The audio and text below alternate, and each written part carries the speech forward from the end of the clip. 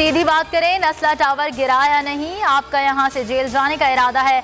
Supreme court commissioner Karachi पर Barham. Justice काजी अमीन ने कहा, आपके खिलाफ मिसकंडक्ट की कार्रवाई होगी। सारी मशीनरी कराची से लेकर जाएंगे और गिराना शुरू कर दें। चीफ जस्टिस का हुक्म, तिजोरी हाइट्स भी आज गिराकर रिपोर्ट पेश करने की हिदायत। पंजाब में फ़ज़ाई आलूदगी में ख़तरनाक हद तक इजाफा। लाहौर आज भी दुनिया के आलूदा तरीन शहरों में सर फहरिस्त।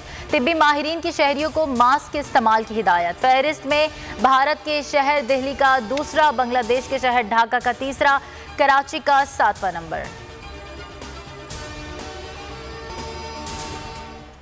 मुल्क भर में गैस का बहरान, शदीद सर्दी में आवाम परेशान। सक्खर, जैकबाबाद, गुजरावाला, कोयटा समेत कई शहरों में गैस लोड शेडिंग का दौरानिया 20-20 घंटे तक पहुंच गया।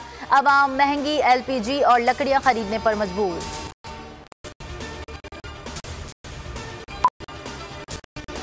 कामयाब जवान प्रोग्राम के तहत 4 नए मंसूबों का इजरा। वज़ीर आज़म इमरान खान आज कन्वेंशन में अहम ऐलान करेंगे। तालीमी इदारों में कामयाब जवान मराकज़ कायम होंगे। तुलबा को करियर काउंसलिंग, स्कॉलरशिप्स और बिजनेस सेंटर की सहूलत दी जाएगी।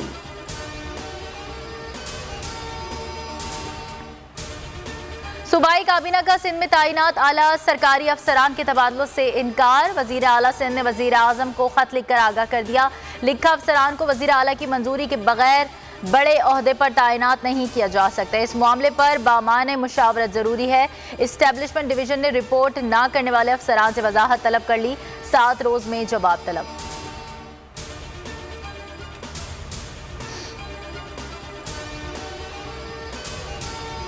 मुल्क में 24 घंटे के दौरान कोरोना के मजीद 9 मरीज इंतकाल कर गए। मजमूई अमवात 28,667 हो गई।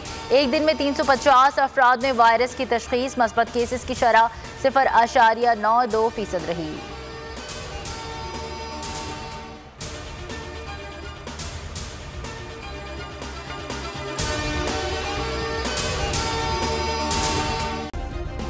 सब्सक्राइब करें और बेल दबाएं ताकि कोई खबर रह न जाए।